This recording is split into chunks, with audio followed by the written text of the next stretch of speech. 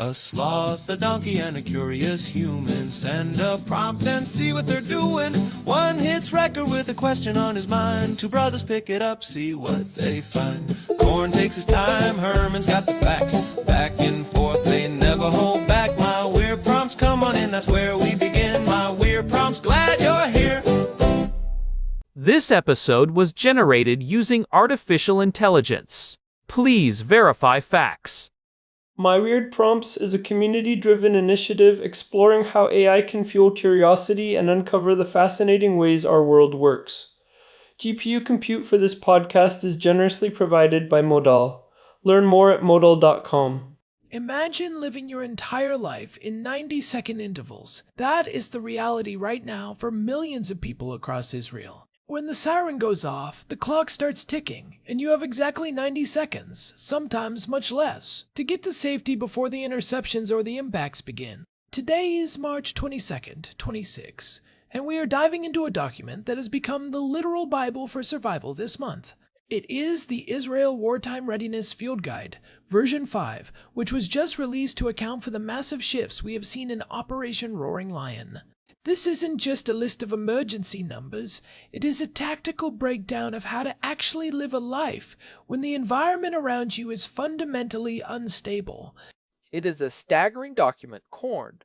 I am Herman Poppleberry, and I have spent the last 48 hours deconstructing the updates the Homefront command pushed out. We have to look at the scale here to understand why version 5 is so much more intense than previous versions. Since Operation Roaring Lion began on February 28th, we have seen over 35,000 alerts nationwide in just over 3 weeks. That volume of fire is unprecedented. It changes the math on everything. You cannot just wait out. A conflict like this in a basement, you have to figure out how to work, how to sleep, and how to maintain your sanity while the sky is literally falling.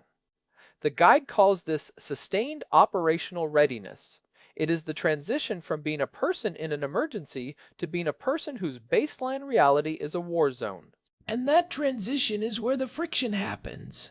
We saw the report from the International Federation of Red Cross and Red Crescent Societies stating that 687 people have been injured since late February just from the act of rushing to shelters. That is nearly 700 people who weren't hit by missiles, but were taken out by their own hallway rugs or a pair of slippery socks. It highlights that the siren run is a high-risk activity in itself. And that is why the March 26 guide is so obsessed with what seems like mundane domestic habits. If you can reduce the friction of the run, you reduce the injuries. We are going to get deep into the PAWS BED framework for nighttime, but I want to start with the daytime posture because that is where the most resistance is. People want to feel normal. They want to sit in their home office in pajamas. But the guide is uncompromising. No pajamas, no slippers, and definitely no bare feet. You have to be fully dressed with closed-toe shoes on from the moment you wake up until the moment you start the PAWS BED protocol at night. It sounds extreme to wear shoes in your own living room all day, but the reasoning is pretty grim when you look at the data, right? It is purely practical. If a strike happens near your building, the first thing that happens is the windows blow in. There is going to be glass everywhere. There is going to be debris. If you are trying to navigate a hallway filled with shattered window panes in your socks or slippers, you are going to end up as one of those 687 injuries. Look at the March 9th strike in Yehud. That was an Iranian ballistic missile using cluster munitions. It hit a residential area in central Israel where people felt relatively safe compared to the border. If you are not dressed and ready to move instantly, you are losing 10 or 15 seconds of that 90-second window just looking for your sneakers. In places like the Gaza envelope or the north, where the response time is 0 to 15 seconds, those 10 seconds are the difference between life and death. It is also about the cognitive load. We talked about this back in episode 1118, about mastering tactical readiness. If I have to think about where my keys are, or if my phone is charged during a siren, I am burning mental cycles that I should be using to grab the kids or clear the doorway. The guide says your phone must be on your person or within arm's reach at all times, with the Homefront Command app running in the foreground or as a priority background task. And the go bag has to be by the door, zipped. Herman, you pointed out that specific detail about the zipper earlier. Why the emphasis on it being closed? Because in a panic, people grab the handle and run. If the bag is open, your charger, your water bottle, and your spare glasses end up scattered across the living room floor while you are halfway down the stairs. It is about eliminating points of failure. The guide also introduces a browser extension called Red Alert for anyone working at a desk. If you have noise-canceling headphones on for a meeting, you might miss the outdoor siren, especially if your windows are closed for the air conditioning. The extension flashes your entire screen red. It is an essential part of the work-from-home protocol. Let's talk about that work from home protocol. The finance ministry says these red level restrictions are costing the economy 9.5 billion shekels a week. That is about $2.6 billion every 7 days. So, there is a massive push from the National Emergency Authority, or RAHEL, to keep people working. But you cannot just zone out. The guide suggests the one-ear rule for headphones. One ear in for the meeting, one ear out for the world. And you have to announce your status at the start of every call. It sounds awkward, but it is standard operating procedure now. You tell your team, I am in an active alert zone in the Lachish region, and I may need to leave abruptly. It sets the expectation so that if your screen suddenly goes dark, they know you are running for a Mohammed or a stairwell and not just having a technical glitch. It also reminds you to save your work constantly. You might have to abandon that spreadsheet mid-sentence. You don't want to come back from a shelter 10 minutes later and realize you lost an hour of work because you didn't hit save before the sprint. I want to move to the reset procedure. This is something people often miss, and it is probably the most dangerous part of the cycle because of the false sense of security. You hear the all clear. You wait your 10 minutes in the shelter to avoid falling debris or secondary volleys, which the home front command is very strict about. And then you go back to your desk. Most people just want to get back to their normal life. But the guide says you have to run a full reset immediately. The reset is the most neglected part of the cycle because of the relief reflex. Your brain dumps dopamine because you survived, and you want to relax. But you have to fight that. The moment you step out of that protected space, you have to check your go bag. Did you use the water? Refill it. Did you use the power bank? Plug it back in. Is the Homefront Command app still running and not crashed? You have to restore your baseline of readiness before you do anything else because you have no idea if the next alert is 5 hours away or 5 minutes away. It is also about personal maintenance. The guide lists things like eating, hydrating, and using the toilet as part of the reset. It sounds basic, but stress is a powerful appetite suppressant. You might not feel hungry, but your body is burning through glucose dealing with the cortisol spikes from the sirens. If you go 12 hours without eating because you're on edge, your reaction times are going to crater. You need that fuel for the next 90-second sprint. The self-care aspect is actually a tactical requirement. Grooming, showering, and resting when possible are not luxuries. They are about maintaining the stamina needed for a prolonged conflict. We are nearly a month into Operation Roaring Lion. This is a marathon, not a sprint. If you let your personal hygiene or nutrition slide, your mental health follows very quickly. The guide even mentions that children need to be fed and changed immediately during the reset, so they aren't a complication during the next alert. Speaking of showering, that section of the guide is wild. It is probably the most vulnerable you can be during an alert. You are behind a closed door, you are wet, you are undressed, and there is loud water running. The protocol for a wartime shower is basically a military operation in itself. It really is. First, you do a news check. You look at the Homefront Command app and see if there are active alerts in the neighboring regions. If things are heating up in the next town over, you don't get in the shower. If it is clear, you bring your phone into the bathroom, volume at maximum, and keep it where you can hear it over the spray. You don't leave your clothes in the bedroom, you bring the full outfit into the bathroom with you. And the shoes. The closed-toe shoes have to be right by the bathroom door. I also noticed the guide says to leave the bathroom door unlocked. That is a safety thing for the rescue teams if something goes wrong, right? Or even just for your family to be able to shout at you if you haven't heard the siren. You want to minimize every possible barrier to exit. The goal is to be able to dry off roughly, throw on your clothes, step into your shoes, and be moving toward the shelter in under 30 seconds. It is not the time for a 20-minute deep conditioning treatment. You get in, you get clean, you get out. It is about minimizing the time spent in that state of vulnerability. It sounds exhausting, honestly. Living with that level of hypervigilance every single day. But I guess that is where the automation comes in. You turn these things into habits so you don't have to think about them.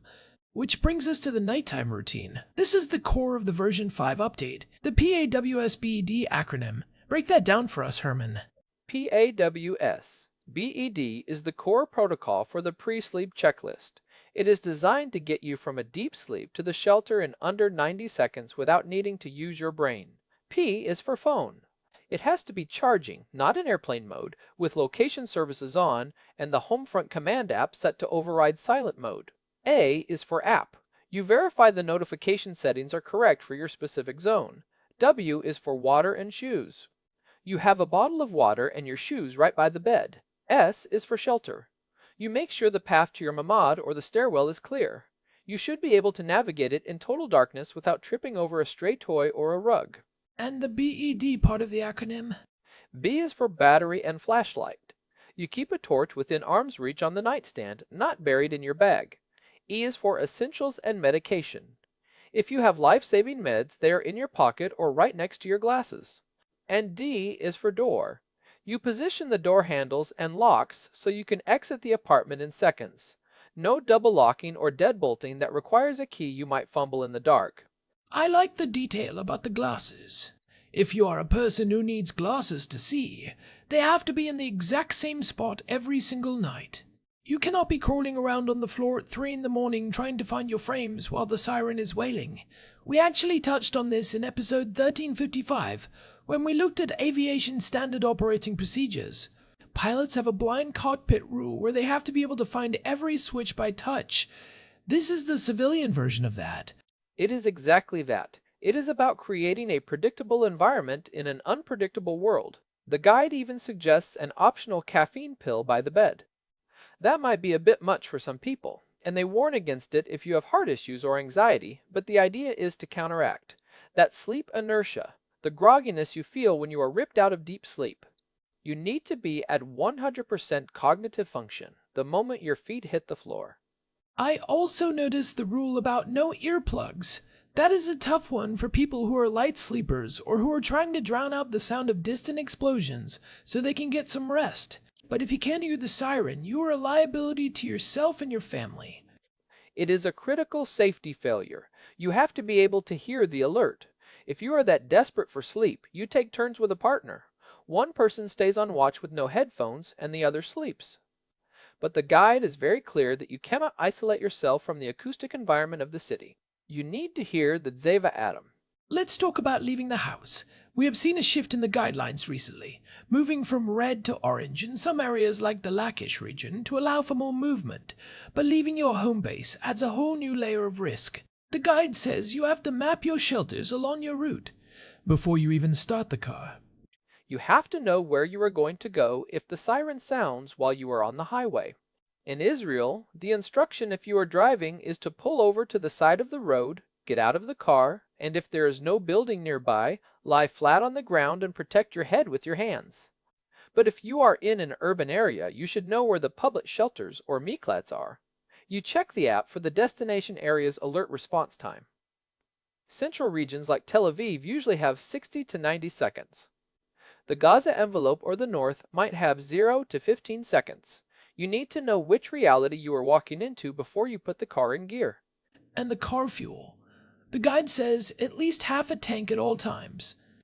That is for evacuation, or if roads get blocked by debris. You do not want to be the person stuck in a 3-hour traffic jam with your fuel light on while there is an active aerial threat. It is basic tactical readiness. You also need to notify your household where you are going and when you expect to be back. If communication lines go down, they need to know your last known location. It feels like there is a fine line between situational awareness and doom scrolling. The guide says to scan the news every 1 to 3 hours. That seems like a lot, but I guess it is different when the news is literally about whether a missile is headed for your zip code. The Arad strike on March 21st is a perfect case study for why this matters. Arad is in the south, and while it gets its share of alerts, it is often seen as a bit more shielded than the immediate periphery. But that strike yesterday caused 64 injuries. If you aren't checking the updates, you might miss a change in the defensive guidelines for your specific region. The Homefront Command updated the Lockish region guidelines just today, March 22nd. They are staying at limited activity status, no school, gatherings capped at 50 people. If you don't check that, you might show up to a workplace that is legally required to be closed. I want to go back to the psychological side of this. All these checklists, the PAWS BED thing, the go bag by the door. Does this actually help people feel better, or does it just keep them in a state of constant fear? From a survival psychology perspective, it is about agency. Fear comes from a lack of control. When you are sitting in your living room and you have no idea what you would do if a siren went off, you are in a state of high anxiety. But when you have a plan, when you know your shoes are on, your bag is ready, and your path is clear, you have reclaimed a piece of that control. You have turned a terrifying event into a series of practiced physical movements. It moves the response from the emotional part of your brain to the procedural part. It is like muscle memory. The goal is to move the response, so you aren't deciding what to do when the siren sounds. You are just executing a plan you have already made. And that is why the groomed normalcy matters too. Brushing your teeth, getting dressed, doing your hair. It sounds superficial during a war, but it is a signal to your own brain that you are still a functioning human being. It keeps the despair at bay. The guide emphasizes that even in a shelter, you should try to maintain a sense of order. It really does. And it is important to remember that this isn't just about you. If you are prepared, you are in a position to help others. If you are the person who has their shoes on and their bag ready, you can be the one helping an elderly neighbor or a panicked child. Readiness is a communal responsibility. So, for the listeners who are looking for the immediate takeaways from this version 5 field guide, what are the top 3 things they should do today? Number 1 is the reset rule. Never wait for the next siren to fix your gear. The moment the 10 minutes are up and you leave the shelter, you resupply and re-ready everything. Number 2 is the one-ear rule for anyone working from home. Do not cut yourself off from the ambient sounds of your neighborhood. And number 3 is a full audit of your go bag using the new standards.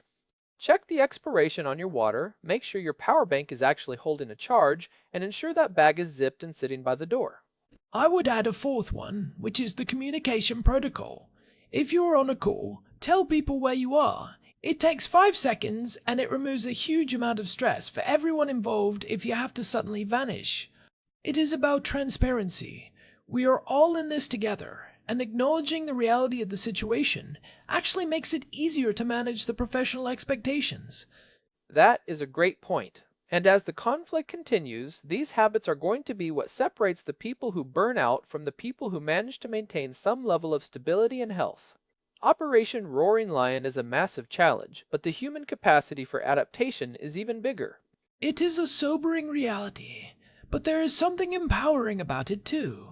You are not just a passive victim of circumstances, you are an active participant in your own safety. Readiness is a form of agency. If you are in an active zone, please take these guidelines seriously.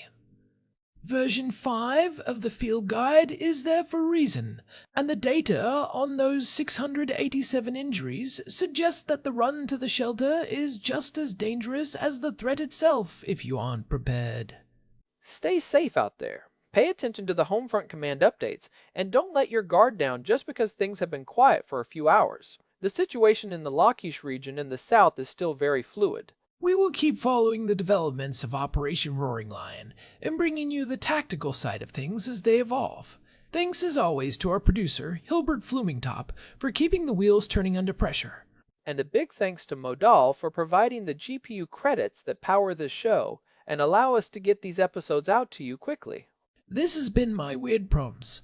If you found this tactical breakdown useful, a quick review on your podcast app helps other people find these resources too. You can find the full archive and all the links at myweirdprompts.com. See you next time. Stay ready. Bye. This episode was generated using Gemini Flash 3. Text-to-speech engine was Chatterbox. Thanks for listening to our show, My Weird Prompts, where our thoughts go from slow takes to facts on cue. We change and follow through. My Weird Prompts, that's the flows from sloth.